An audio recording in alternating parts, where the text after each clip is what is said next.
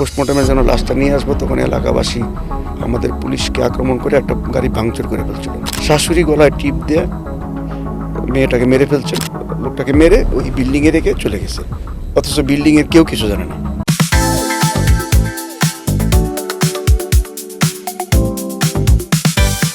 একাত্তর টেলিভিশনের নিয়মিত আয়োজন একাত্তর পডকাস্টে আপনাদের সাথে আছি আমি সাজিদ সরকার। আজকে আমাদের পডকাস্টে অতিথি হিসেবে অংশ নিয়েছেন এসপিবিএনের অতিরিক্ত ডিআইজি মোহাম্মদ মিজানুর রহমান। মিজানুর রহমান, আপনাকে স্বাগত একাত্তর পডকাস্টে। ধন্যবাদ। আপনি এই বিশেষ বাহিনীতে আছেন, একই সাথে আমরা একটু জানব 24তম বিসিএসএ পুলিশ ক্যাডার হিসেবে যখন আপনি জয়েন করলেন সেই সময়ের আসলে অভিজ্ঞতাগুলো কি, একই সাথে কোন লক্ষ্য এবং উদ্দেশ্য নিয়ে এই পুলিশ বাহিনীতে অংশ নিয়েছিলেন? ধন্যবাদ আপনাকে। আমি মোহাম্মদ মিজানুর রহমান, অতিরিক্ত DIG, special security and protection battalion. আমাদের এটা যদিও পুলিশ ইউনিট, একটা স্পেশাল ইউনিট হিসেবে আমাদের ইউনিফর্মটাও একটু আলাদা, আপনি দেখতেই পাচ্ছেন।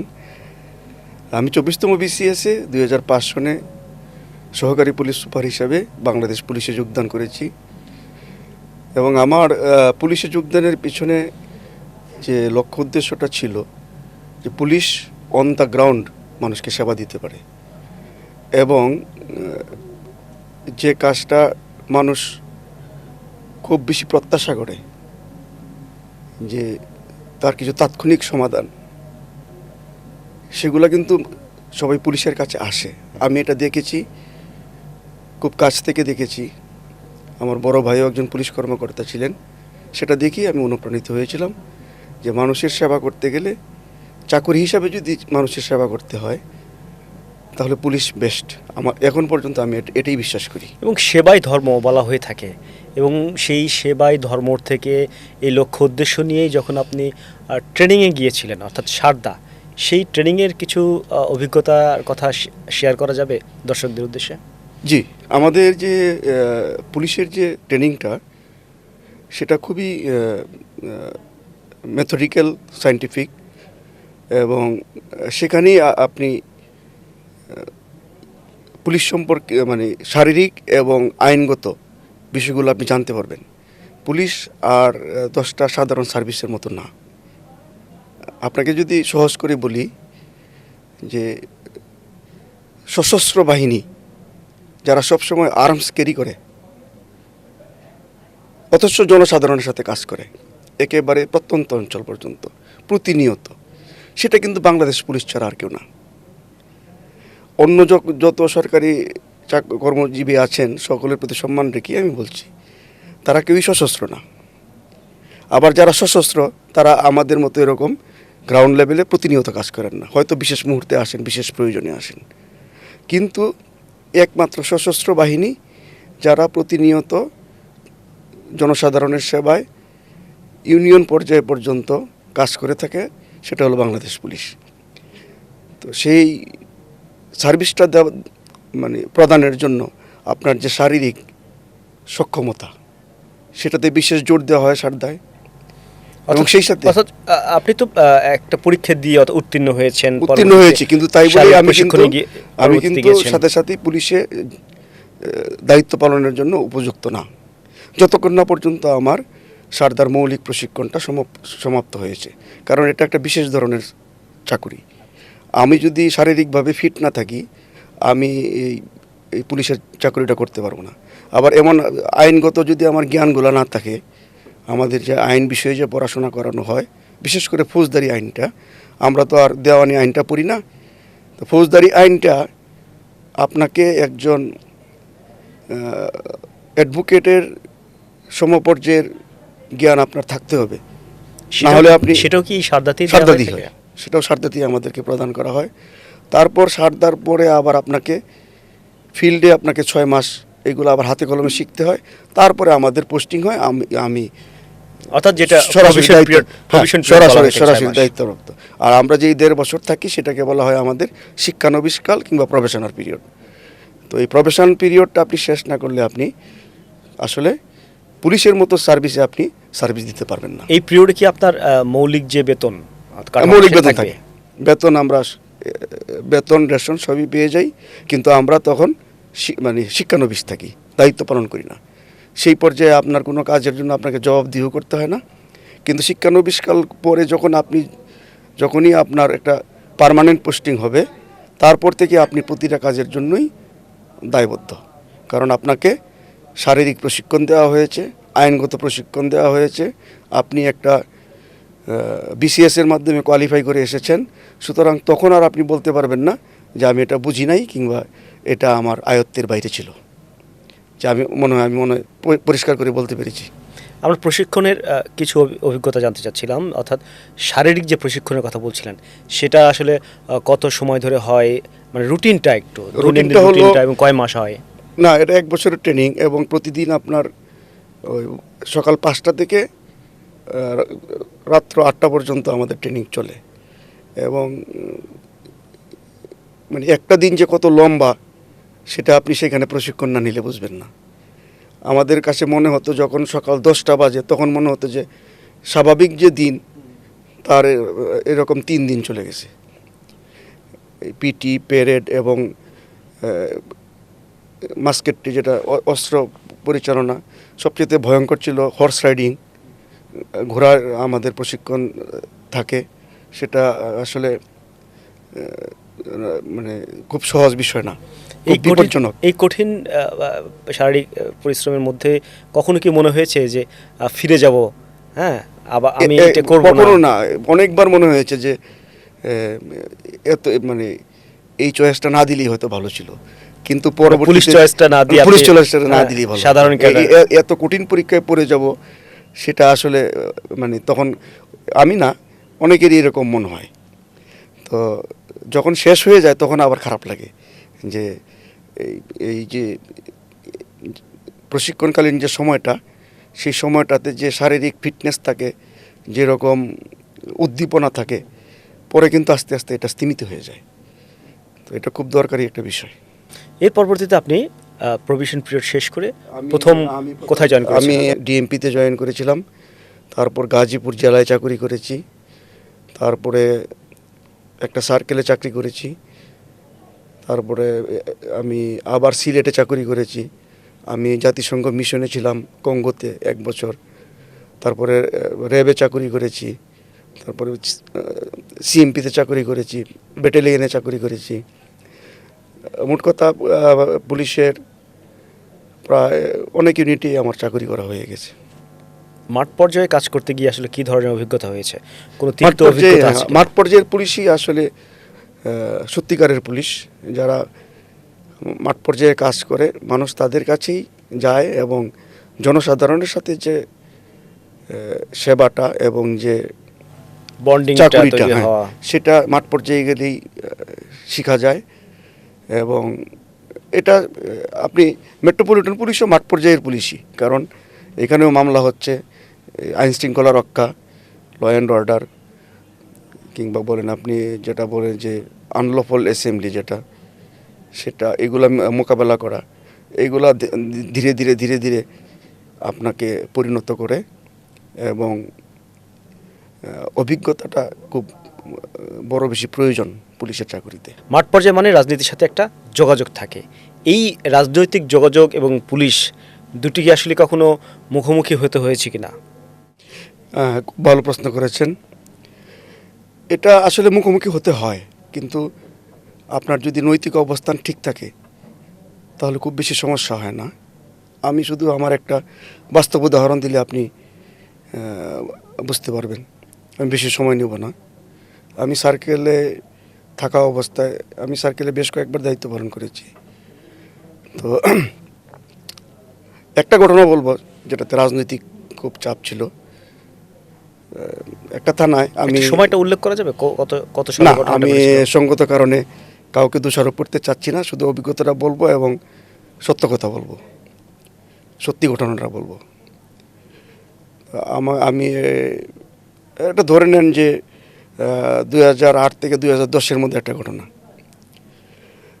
তখন নতুন সরকারের আমলটা, মানে না, এটা বলবো না আমি। হ্যাঁ, তো তখন আমাকে বলা হলো, আমি রাত 3টার সময় আমি একটা জরুরি ফোন কল পেলাম।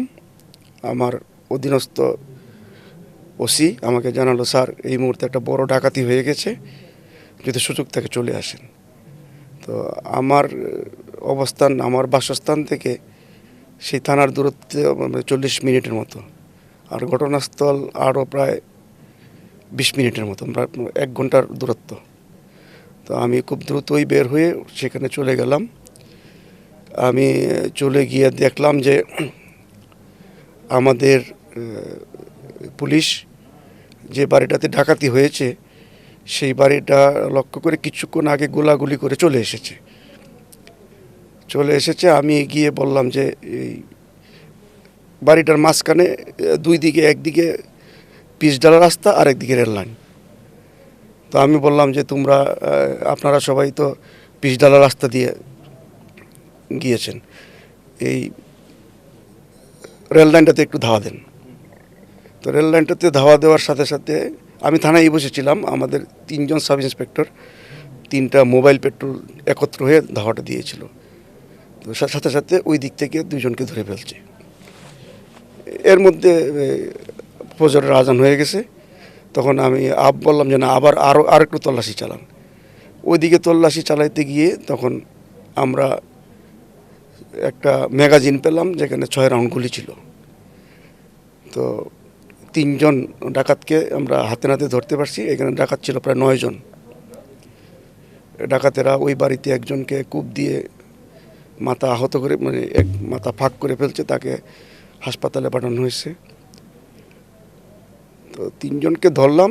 3 জনকে ধরে আমি বললাম যে অন্যদের যে ধরার জন্য, অভিযান চালানোর জন্য আমি ওসি সাহেবকে বলে আর সবাইকে নির্দেশনা দিয়ে আমি বাসায় চলে আসলাম। তো 11টার সময় আমি আবার ফোন পেলাম আমার ঊর্ধ্বতন এক কর্মকর্তা।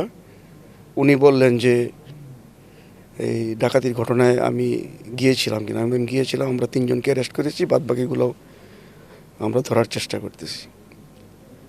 তো উনি বললেন যে না, আসলে এখানে এমপি সাহেব চাচ্ছেন যে এই 3 জনকে ছেড়ে দিয়ে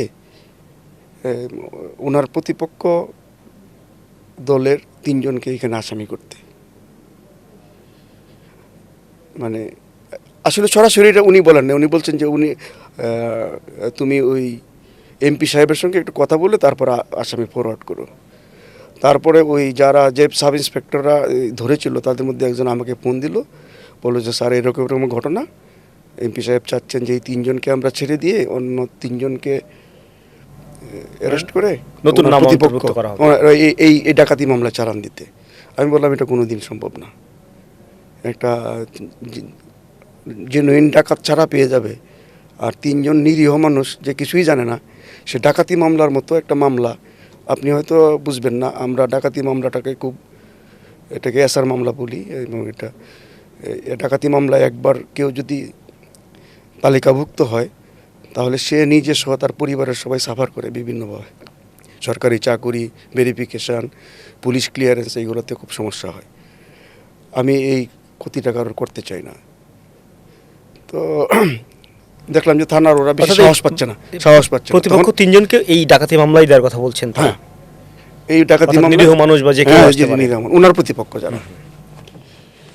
তো এখন আমি নিজে থানায় গিয়ে ওই জেনুইন ডাকাতদেরকে আমি চালান করে দিলাম কোর্টে, আর ওই 3 জনকেও অ্যারেস্ট করতে নিষেধ করলাম। তারপরে আমার উপরে অনেক চাপ আসা শুরু হলো বিভিন্নভাবে। চালান করতে তো একটা সময় লেগেছে, এই সময়ের মধ্যে কি বিভিন্ন ফোন বা এমপি বা আপনার ঊর্ধ্বতন কর্মকর্তার ফোন আসতে শুরু করেছে? এমপি সাহেব আমাকে সরাসরি কিছু বলেন নাই, উনি কখনোই আমাকে ফোন করেন নাই। উনি বুঝতে পেরেছেন যে আমাকে ফোন করলে লাভ হবে না, তারা খবর রাখেন। তো এখন আমি চালান দিতে বেশি সময় লাগে না, গাড়ি তো রেডি থাকে। তো এরপরে উনি আমাকে বদলি করার জন্য খুব চেষ্টা করলেন, কিন্তু আসলে ওনার সেই ক্ষমতাও ছিল না। একজন ডাইরেক্ট অফিসারকে বদলি করে দেওয়াটাও খুব বেশি সহজ কাজ না। কিন্তু আমি যখন দেখলাম যে অনেক দিক থেকে আমি বিভিন্নভাবে অসুবিধার সম্মুখীন হচ্ছি, তখন আমি নিজেই ওইখান থেকে বদলি হয়ে অন্য জায়গায় চলে গিয়েছিলাম। আমি নিজের চেষ্টায়। কিন্তু আমি আপনাকে বলি, সেই এমপি সাহেব এখন জেল কাটছেন এবং আমাকে যে অফিসার এই অন্যায় কাজটা করার জন্য প্ররোচিত করেছিলেন তারও খুব ভালো পরিণতি হয় নাই। তো আমি এটুকুই বলবো যে কেউ যদি রাজনৈতিক চাপটা মোকাবেলা করার জন্য সৎ সাহস রাখে তাহলে তার সর্বোচ্চ বুদ্ধি হইতে পারে, এর চাইতে বেশি কিছু হয় না। এটাই আমার বলার হতো।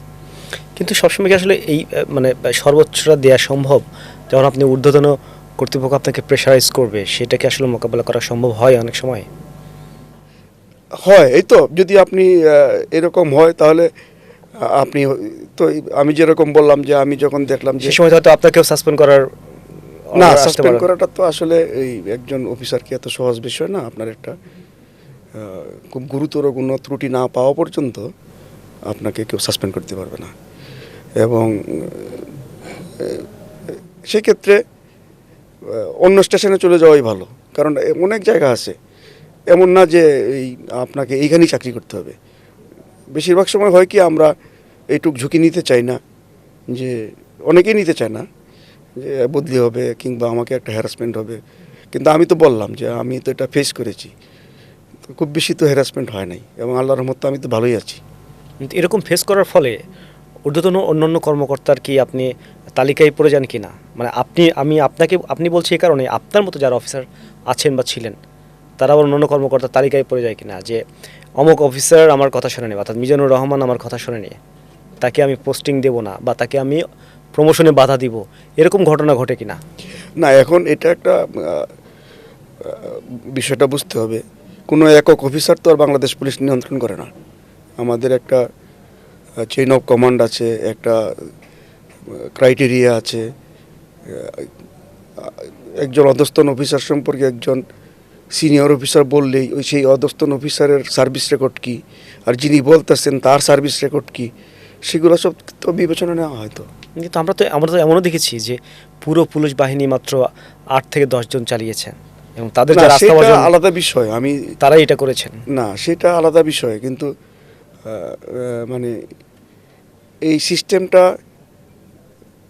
আছে এবং যতটুকু বিচ্যুতি হয়েছিল, বর্তমান প্রশাসন, আমাদের বর্তমান আইজিপি, বর্তমান মন্ত্রী মহোদয় আমাদেরকে গত পুলিশ সপ্তাহে আশ্বস্ত করেছেন এবং আমি আশা করি যে এগুলা চলমান থাকবে না।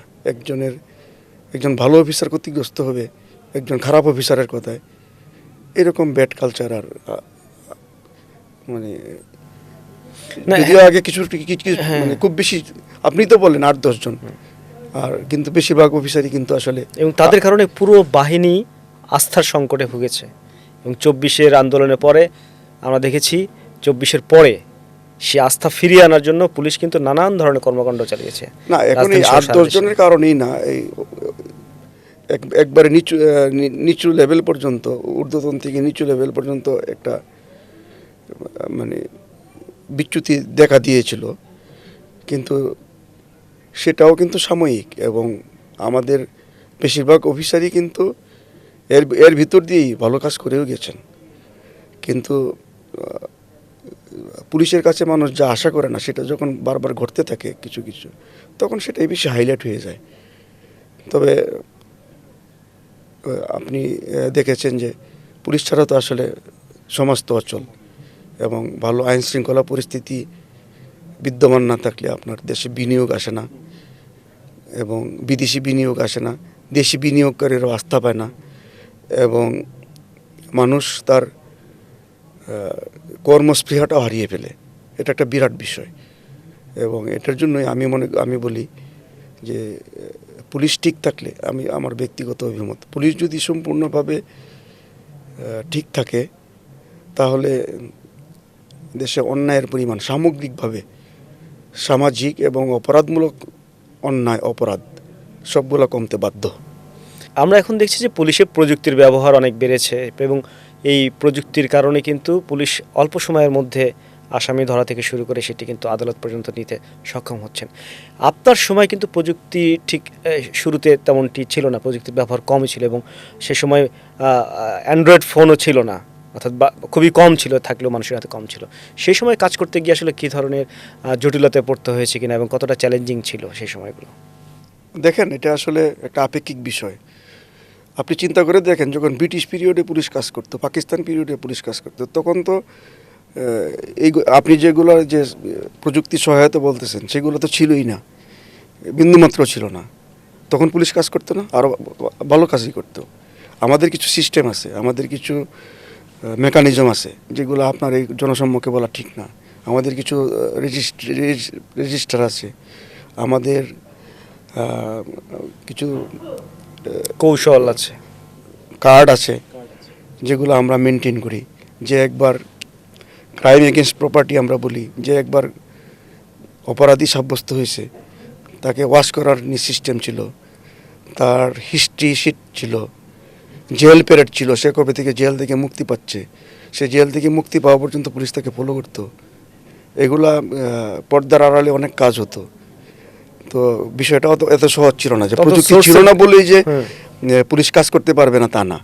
প্রযুক্তি হওয়াতে সুবিধা হয়েছে, অসুবিধা হয়েছে। প্রযুক্তিগত অনেক অপরাধ এখন হচ্ছে, আবার প্রযুক্তি আমাদেরকেও সুবিধা দিচ্ছে। তখন প্রযুক্তিগত সুবিধাটাও ছিল না, অসুবিধাটাও ছিল না। তখনকার সিস্টেমটা যেভাবে কাজ করেছে ভালোই কাজ করেছে। এখন প্রযুক্তি আসাতেও এখন কাজ করতেছে, আবার অসুবিধা হচ্ছে। তো দুটো মিলিয়ে আমরা সমান সমানই বলতে পারি। আমরা তিক্ত অভিজ্ঞতার কথা শুনছিলাম, একই সাথে আনন্দের অনুভূতিও কিছু ছিল কিনা অনেক সময়? হ্যাঁ, ছিল। কারণ আপনার এটা পেশা হলেও আপনার কিন্তু নেশা থেকে আপনি এসেছেন। আচ্ছা, আমি একটু আনন্দের ঘটনাটা বলি। যে এরকম অনেক ঘটনা ঘটেছে। আমি শুধু একটা চাঞ্চল্যকর একটা মামলা, এটার আমি ঘটনাস্থলটাই বলতে পারি। এটা চট্টগ্রামের সদরঘাট থানায় হয়েছিল। আমি তখন সুপারভাইজিং অফিসার ছিলাম। একজন কসাই, কিন্তু তার ভালো ইনকাম। সে প্রতিদিন 80 থেকে 100টা খাসি বিভিন্ন হোটেলে সাপ্লাই দিত। তার ঘরে সবসময় কয়েক লাখ টাকা থাকতো। তার বউ এবং মেয়েকে গলা কেটে হত্যা করা হয়েছিল। তো আমাদের সকলের ধারণা ছিল তার স্বামী যেহেতু কসাই এবং অন্য কোনো এভিডেন্স কোনো পাওয়া যাচ্ছিল না, তাকেই সেই হয়তোবা হত্যাকারী। তাকে প্রথমেই অ্যারেস্ট করার জন্য থানা থেকে খুব আগ্রহী ছিল সবাই। কিন্তু আমি লোকটার সাথে কথা বলে যা বুঝলাম, এই লোকটা অপরাধী না। সে কসাই হতে পারে, কিন্তু অপরাধী না। তো আমি তাকে আমার নিজের ঝুঁকি নিয়ে তাকে আমি অ্যারেস্ট করতে দেই নাই। এবং পরবর্তীতে তদন্তে দেখা গেল যে তার একটা ভাগ্নে আছে, ওই টাকাটার লোভে সে তার মামি এবং তার মামাতো বোনকে মার্ডারটা করেছিল। তো আমি এবং এটা তখনকার আমলে তখন খুব আলোচিত ছিল, সমস্ত মিডিয়া থানায় উপস্থিত ছিল। আমরা যদি আসামিটা ধরতাম ওই কসাইটাকে, তখন সে হত্যাকারী হিসাবে সারা বাংলাদেশে তার ছবি সহ চলে যেত। সেখান থেকে তার বের হওয়াটা অনেক কষ্ট হতো। পুলিশের পক্ষেও তখন তাকে বের করাটা, একদম কনক্রিট প্রুফ ছাড়া বের করাটা অনেক কঠিন হতো। আমি যে আসামিটা বের করলেন, মানে সেই কসাইটা এর সাথে জড়িত না এবং তার ভাগিনা এর সাথে জড়িত, এটা কিভাবে বের করলেন? এটার কোনো ক্লু পেয়েছিলেন কি? এবং আমাদের একটা ডাউট ছিল। আমি প্রথম সে এখানে আসতো, তো আমরা তাকে ডেকেছিলাম, এই অন দ্য স্পট তাকে ডেকেছিলাম। কিন্তু আমি আশ্চর্য হয়ে গিয়েছিলাম পরে জানতে পেরে, সে এত ঠান্ডা মাথায় আমাদের সাথে কথাবার্তা বলেছে যে তাকে ধরা যাচ্ছিল না। এবং সে বুদ্ধি করে সেদিন মোবাইলও আনে নাই, তার লোকেশনটাও নেওয়া যাচ্ছিল না। কিন্তু পরবর্তীতে আমাদের ডিবির একটা টিম, সে একটা প্রেম করতো, ওই মেয়েটাকে বিয়ে করার টাকার জোগাড় করার জন্য সে খুনটা করেছিল। তার মামার টাকাটা নিয়ে গেছিল সে। ওই মেয়েটাকে আসলে সবকিছু বলা ঠিক না, আপনি যেহেতু বলতেছেন জানতে চাচ্ছেন, ওই মেয়েটাকে ট্রেস করে তাকে জিম্মি করে মোটামুটি তার কাছ থেকে তথ্যটা নিয়ে তারপর তাকে ধরা হয়েছিল। মানে ক্লুটা ছিল এখানে তার প্রেমিকা। তার প্রেমিকা।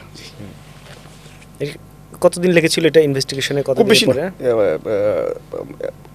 20 থেকে 22 দিন। পরবর্তীতে ওই যে কসাই যিনি ছিলেন, মানে প্রথমে তো সবার কাছে সেই অপরাধী ছিল, সেই বিষয়টা একটু বলবেন। যে দোকানটা আর তার যে বাসাটা, তার মোবাইলের যে এলএসি বলি আমরা, এটা এক। এবং ওই ঘটনার সময় তার মোবাইল এখানে থাকতে পারে, তার দোকানেও থাকতে পারে, একদম কাছেই। সুতরাং এই তার লোকেশন দেখাচ্ছিল এই ঘটনাস্থলে। এই জন্যই পুলিশের সন্দেহ ছিল সে, তার এবং তার স্বামী পেশাও অপরাধী। ওই রকম জবাই করার ধরনটাও ওই রকম, যে খাসি যে গরু যেমন জবাই করে ঠিক সেরকম ছিল, প্লাস তার মোবাইল লোকেশনটা সেরকম ছিল। সাংবাদিকদের মধ্যেও একটা ব্যাপক আগ্রহ ছিল যে হয়তোবা সেই হত্যাকারী, এইরকম বিষয়গুলো নিয়ে। কিন্তু আমি প্রথম খেয়াল করে দেখলাম যে তার এই এলএসিটা তার যে দোকানেও যে একই এলএসি দেখায়, এক সেম দেখায়। তখনই আমার ঊর্ধ্বতন কর্তৃপক্ষ আমার কথাটা মেনে নিয়েছিল। যে আমি বলেছিলাম যে তার যেহেতু বাসাটায় যে লোকেশনটা দেখাচ্ছে মোবাইল, তার দোকানের লোকেশন সেম। সুতরাং সে যে বলতেছে তখন সে দোকানে ছিল, সেই কথাটা মিথ্যা নাও হইতে পারে।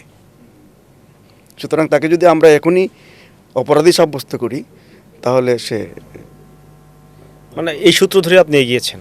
হ্যাঁ, মানে এখানে আসলে ভালো লাগার জায়গাটা এখানে, মানে মূল আসামিটা বের করা সম্ভব হয়েছে। জি জি। এরকম আরেকটা ছিল যে ওই একটা বৌদ্ধ মেয়ে মারা গিয়েছিল, তার স্বামী বিদেশ ছিল এবং তার সুরতহাল করতে দিচ্ছিল না। আচ্ছা, কারা? তার আশ্চর্যজনক হলেও সত্য, তার নিজের বাবা মাই চাচ্ছিল যে মেয়েটা সুরতহাল ছাড়া তারা শেষকৃত্য সম্পন্ন করে ফেলবে। হ্যাঁ, তারা আত্মহত্যা বলতেছিল। কিন্তু আমাদের যে সাব ইন্সপেক্টর ছিল, সে দেখলো যে এখানে গলার এখানে আঙ্গুলের 2টা দাগ, এবং এটা স্পষ্ট হত্যা। মানে এটা সুরতহালের সময় না, সুরতহালের আগেই সে দেখেছিল। তো এই লাশটা কোনো মতেই পোস্টমর্টেম ছাড়া দেওয়া যাবে না। কিন্তু এইখানে এই এলাকার গণ্যমান্য ব্যক্তিবর্গ, চেয়ারম্যান থেকে শুরু করে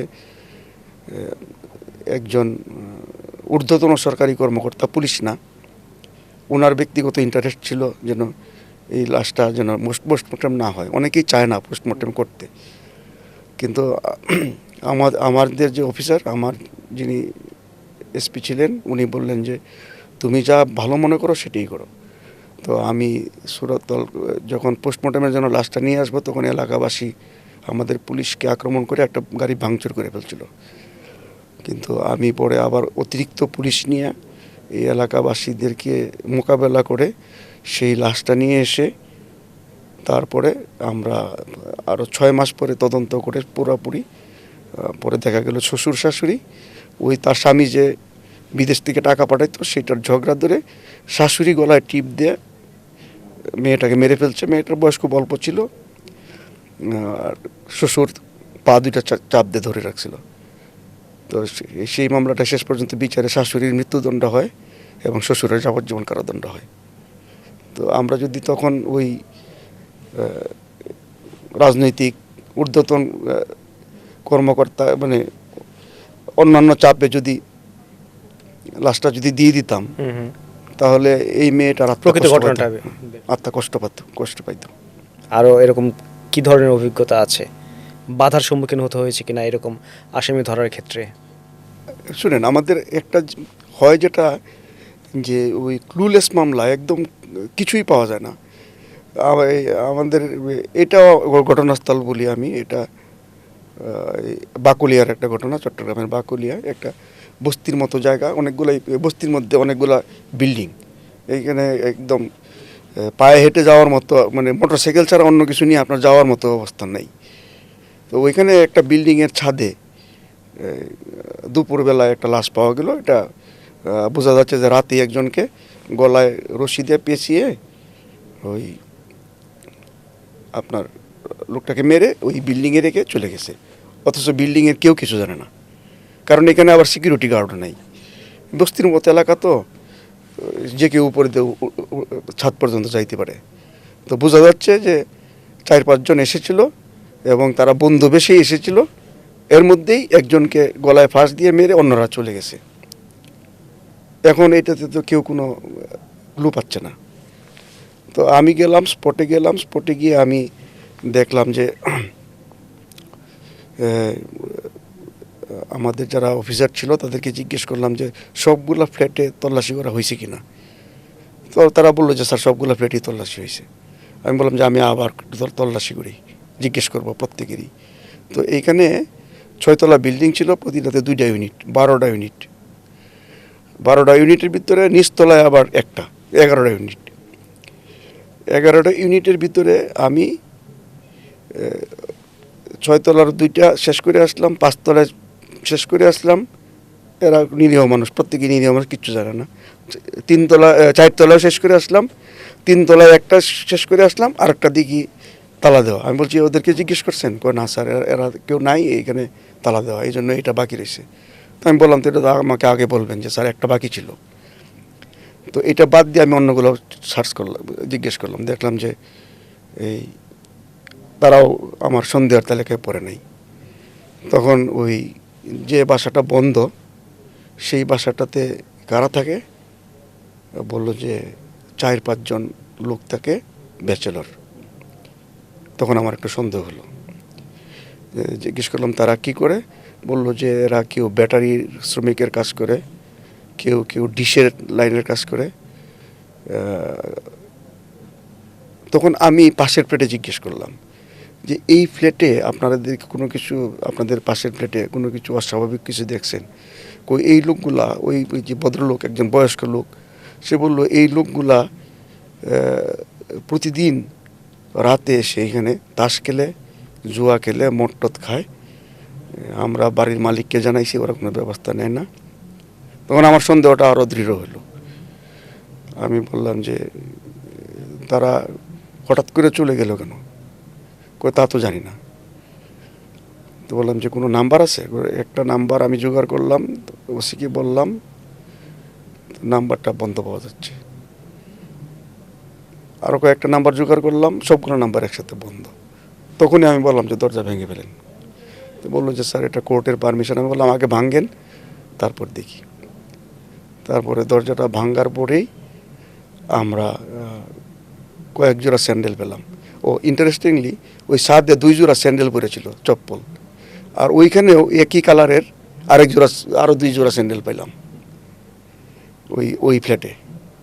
তখন আমি বললাম যে এদেরকে বলেন যে আমরা ওই আপনাদের জন্য একটা পুরস্কার আছে, ওই যে ওরা তো জুয়া খেলে, তো বললাম একটু একটা টুপ দেন আপনার বুদ্ধিমতো, যে একটা প্রাইজ পাইছেন, তাড়াতাড়ি থানায় এসে নিয়ে যান।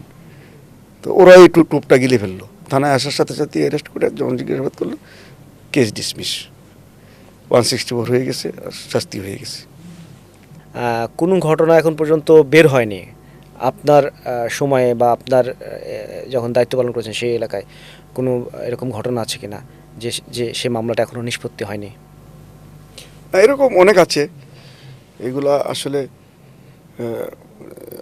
মানে করা যায় না আর কি।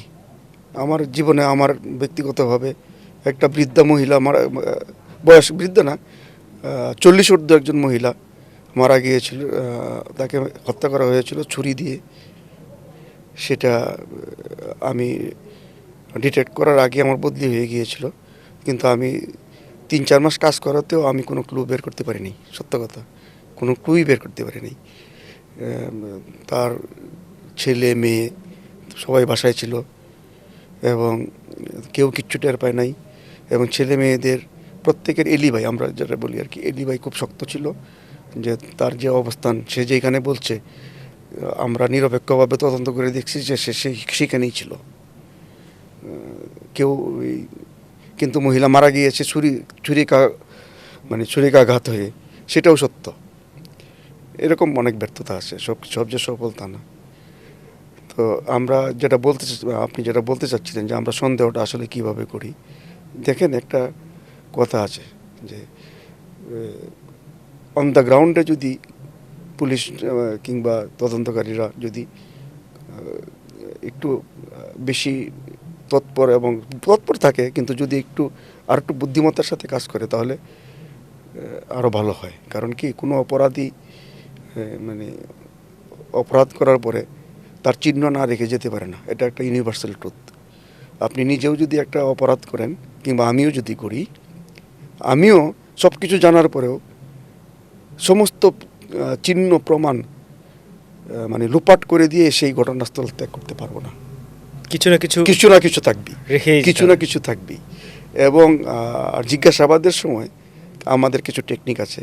আপনি যখন আমার সাথে কথা বলবেন, আপনি সত্য বলতেছেন কি না, আপনার বডি ল্যাঙ্গুয়েজ, আপনার চোখের দৃষ্টি, আপনার কথা বলার ভঙ্গি, না কি বলে সিগনেচার মার্ক, এগুলা আমরা বুঝতে পারি যে এই লোকটা ঠিক বলতেছে না, তার ভিতরে গড়বড় আছে। তাকে তখনকার মতো বিদায় করে দিলেও আমরা তখন তার সমস্ত কিছু নিয়ে কাজ করা শুরু করে দিই। তার অবস্থান, তার সাথে কার কার সম্পর্ক, তার আর্থিক লেনদেন, তার ব্যাংক লেনদেন, তার কতটুকু ধার দেনা আছে, এইভাবে ধরা পড়ে যায়। একটা ফরম্যাটে পড়ে যায় তখন সে। আর যে সত্য কথা বলে তাকে আমরা মানে আপাতত সন্দেহের বাইরে রাখি, কিন্তু কাউকেই একদম বাদ দিই না। জি। একই সাথে আমরা একটু জানবো যে আপনার ব্যক্তিগত জীবনে আমি যতটুকু জানি আপনি একজন লেখক। আসলে কি ধরনের লেখক বলা যায় না, আমি আসলে কবিতা লিখি, কবি। সেই পরিচয়টা আমি খুব হাইলাইট করি না। আমি ছদ্মনামে লিখি, মমিন মিলন খান নামে লিখি। আমার ইচ্ছা আছে আমি যদি এই লেখালেখির প্রবণতাটা কি ছাত্র জীবন থেকে নাকি পুলিশ জীবনে আসার পরে? পুলিশ জীবনে আসার পরেই বলতে পারেন, কিন্তু কেন আগ্রহ জেগেছিল? কেন, এটা আমাদের মানে আমার বাবা বাংলার অধ্যক্ষ ছিলেন। আমার বাংলা ভাষা এবং সাহিত্যের উপর আমার ভালোই দখল আছে বলা যায়। এবং আমি এই পর্যন্ত 4টা বই প্রকাশ করেছি। অবসরের পরে যদি সময় হয় তাহলে আরও বাদবাকি লেখালেখির জীবনটাতে আরও বেশি আত্মনিয়োগ করব, যদি সৃষ্টিকর্তা সেই পর্যন্ত আমাকে আয়ু দেন এবং সুযোগ দেন। সবশেষ একটি বিষয় জানবো, এবং সেটি হচ্ছে যে পুলিশ বাহিনীর প্রতি মানুষের আস্থা ফেরাতে কি ধরনের আসলে আরও কার্যক্রম হাতে নেওয়া দরকার বলে আপনি মনে করেন? দেখেন, এটা তো আমি তো আর নীতি নির্ধারক পর্যায়ের কেউ না, তবে পুলিশের একজন সাধারণ সদস্য হিসাবে আমিও প্রত্যাশা করি যে জনগণ যেন আমাদের যে ভালো কাজগুলা সেগুলা যেন মূল্যায়ন করেন, এবং আমাদের যে ত্যাগ আছে, যেমন আপনি দেখেছেন যে যখন 5ই আগস্টের পরে যখন পুলিশ নিষ্ক্রিয় হয়ে গিয়েছিল, তখন সমাজে যে কী পরিমাণ অপরাধ এবং অস্থিরতা সৃষ্টি হয়েছিল। তো পুলিশ ছাড়া তো আসলে অচল একটা সমাজ। কাউকে না কাউকে কাজটা করতে হবে, একই কাজ কাউকে না কাউকে সেটা করতেই হবে। তো পুলিশ আমাদের যে কিছু সীমাবদ্ধতা, আমাদের যে কিছু ত্রুটি বিচ্যুতি, সেগুলা বর্তমান সরকারের আমলে যে সদিচ্ছা আমরা দেখতে পাচ্ছি, তাতে আমরা আশাবাদী যে খুব দ্রুতই জনগণ আমাদেরকে প্রত্যেককেই একদম আপন এবং বন্ধুরূপে গ্রহণ করবে। এবং আমি আশা করি আমার আর প্রায় 6-7 বছর চাকরি আছে। আমার অবসর গ্রহণের পূর্বেই এমন একটা অবস্থা দেখে যাব যে যেরকম পুলিশ আপনি প্রত্যাশা করেন, আমি প্রত্যাশা করি, এবং অবসরের পরে আমি একজন সাধারণ নাগরিক হয়ে যাব। একজন সাধারণ নাগরিক হিসাবে আমি যেরকম পুলিশ প্রত্যাশা করি সেই রকম পুলিশ এর মধ্যেই হয়ে যাবে। ধন্যবাদ। আপনাকেও ধন্যবাদ। আমরাও আশা করছি সকল ত্রুটি বিচ্যুতি কাটিয়ে পুলিশ আবারও মানুষের আস্থা অর্জন করবেন, এবং সেই আস্থা আগামীতে নতুন বাংলাদেশ গড়বে, এমনটাই প্রত্যাশা। আজকে আমাদের পডকাস্টে অতিথি হিসেবে উপস্থিত ছিলেন এসপিবিএনের অতিরিক্ত ডিআইজি মোহাম্মদ মিজানুর রহমান। আপনাকে ধন্যবাদ এবং এই পডকাস্টের পক্ষ থেকে এবং দর্শকদের পক্ষ থেকে আপনাকে ধন্যবাদ।